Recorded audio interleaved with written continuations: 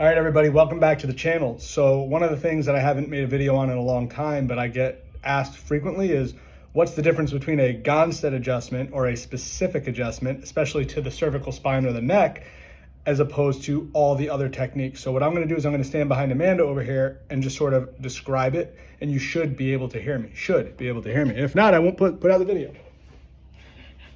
So, most chiropractors, when you're at the chiropractor, they'll do some level of palpation. Most of them, when you're lying down on your back, face up.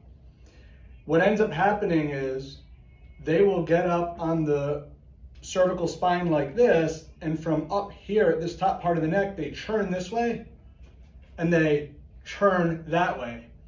And the problem is not only is it not a specific approach, but they're ignoring like C3, C4, C5, C6, C7, T1, a lot of areas that don't get adjusted because specificity matters. So in the GONSTEAD adjustment, what you'll see a lot of the time, and I'll go back there to show you now, is if I'm adjusting the upper cervical, C1, C2, the top bone, the occiput, it will look like this. As an example, we'll get on the top part of the neck, but instead of rotating this way, we go with the lateral wedging this way, just a little lateral wedging that way.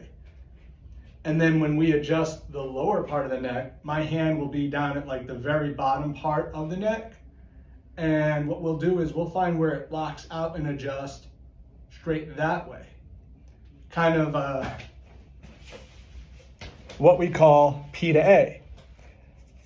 If you see any videos where there's excessive amount of rotation or what looks like more rotation, but then the thrust is P to A, where the nose kind of pops up, but somebody's neck is like that, you have to find the, I guess you could say, end point of where you can actually make the adjustment P to A. So it might look like there's some rotation, but the thrust isn't continued through with rotation.